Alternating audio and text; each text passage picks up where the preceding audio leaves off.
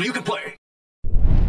Matthew here from MiniWarGaming.com, and it's time for the second video in the series of my first impressions slash review slash updates of the 7th edition 40k rulebook. Today we're going to talk about the psychic phase, and this is the one I was most dreaded about because I was worried the changes would be really horrible. But before we get into that, I want to remind you, if you want to win one of two of these 40k limited edition Munitorum things, which contains the rulebook and everything else, you can see all the details in the Games Workshop website.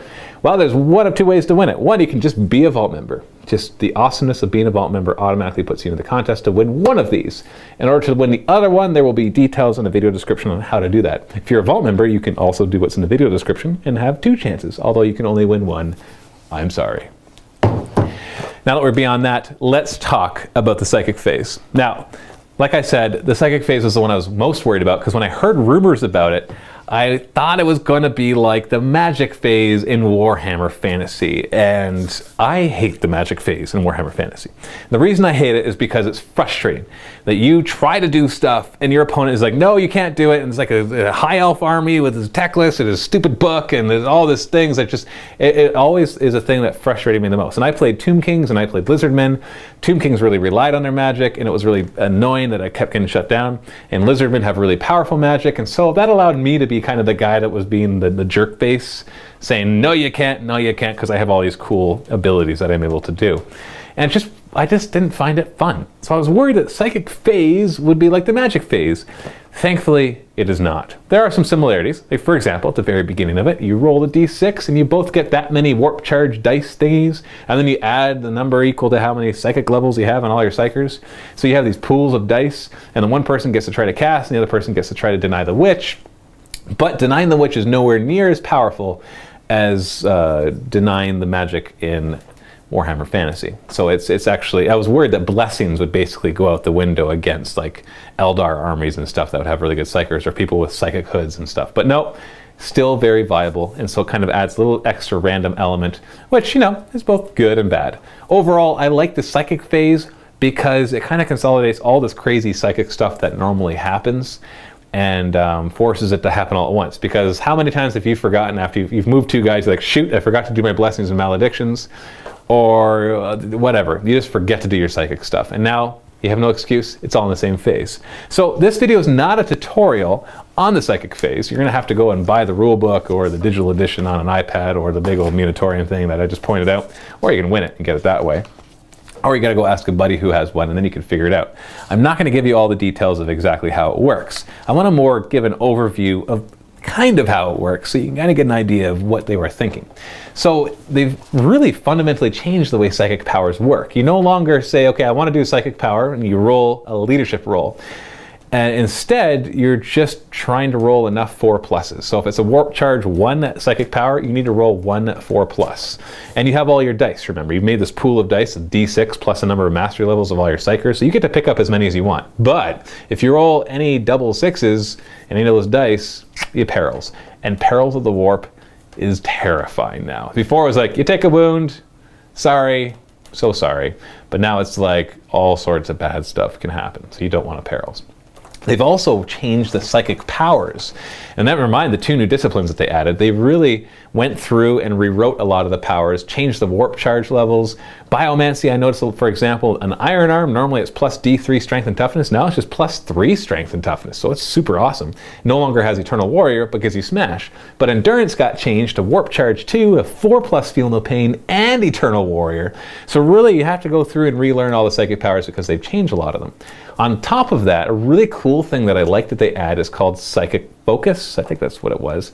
But basically, if your Psyker chooses all of his or her psychic powers, or its, and Tyranids, all of their psychic powers from one mastery, or from one, my brain just went, from one mastery, even if they only can choose one, which means that every time they choose one, they're going to choose it all from the same one, then they automatically get to know the Primaris power as well. Now, as a Tyranid player, I'm like, sweet, all of my Psychers automatically know Dominion, plus the number of psychic powers that they would have known before, which instantly buffs my Tyranid army, which is why I'm happy. It also makes other armies like the Eldar a little more strong, because if you did choose all of your divination ones, you get the Primaris one as well, and you could really have some powerful psychers with your Farseers.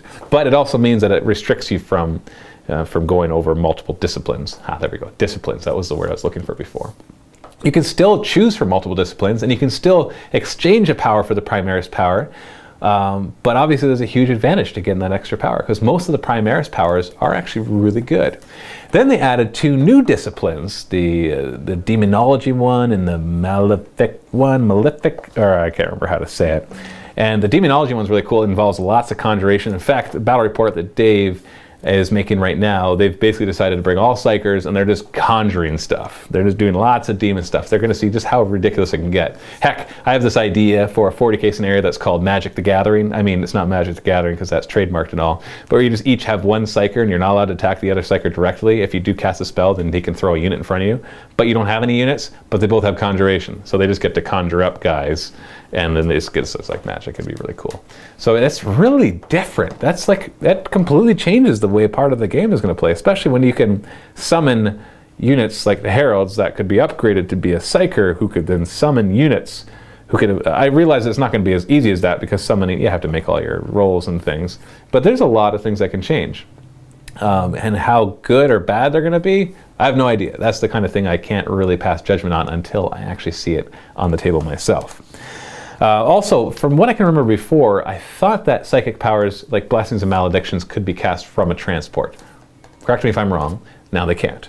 Now I know that they can't now, but I was pretty sure in 6th edition they could. So right now, if you are a psyker inside of a transport, the only thing you can do from that transport is cast a Witchfire, and you can only do that from an access point. So it does limit what they can do inside of it. They also can't be targeted by blessings and maledictions, which is bad for blessings and good for maledictions. But yeah, Deny the Witch is, it works similarly in case that you need to roll 6s, but you get to grab from your pool of dice and your whole number of dice and you try to get enough 6s to dispel the other side. So it's not as powerful as it could be. Of course, if you're being targeted and you got Psychic Hoods or Special Rules or Psychers in there, your Deny the Witch rolls are going to be much more powerful. So Denying the Witch remains powerful for resisting spells against you, and remains, or it's kind of like meh for things that you aren't really targeting you, such as blessings on like when your opponent blesses an ally. That doesn't really change. Also, the force weapons have changed, and I'm going to include this in the psychic phase one because it is a psychic power. Now instead, if you have a force weapon, you automatically know one more psychic power called force. And what that means is it's a warp charge 1, and you've got to activate it in the psychic phase. Whereas before, in the assault phase, you'd hit somebody with a force weapon, you'd cause a wound, and you say, sweet, I'm going to activate my force weapon, make my leadership roll, and blah! They are insta-death to pieces. The only disadvantage being against like Tyranids, who would force you to roll an extra die or something like that. For the most part, though, you just got to chop them into tiny little pieces. Now you've got to like know beforehand, am I going to be attacking with this force weapon? And then you've got to use some of your dice and turn it on before you even go into combat. So you might not even make it to combat. So it nerfs force weapons a little bit because it forces them to be used in the psychic phase rather than being used after the fact of actually hitting. So I would say that is definitely a nerf, which I'm okay with because I'm Tyranids playing with monstrous creatures. But obviously people who use a lot of force weapons in their army might have a beef with. Everybody hates when things that they like get nerfed, and they love when things that they love get buffed. And so I'm happy with that change. I think that's all the changes I wanted to talk about for the psychic phase. Yep, and yep.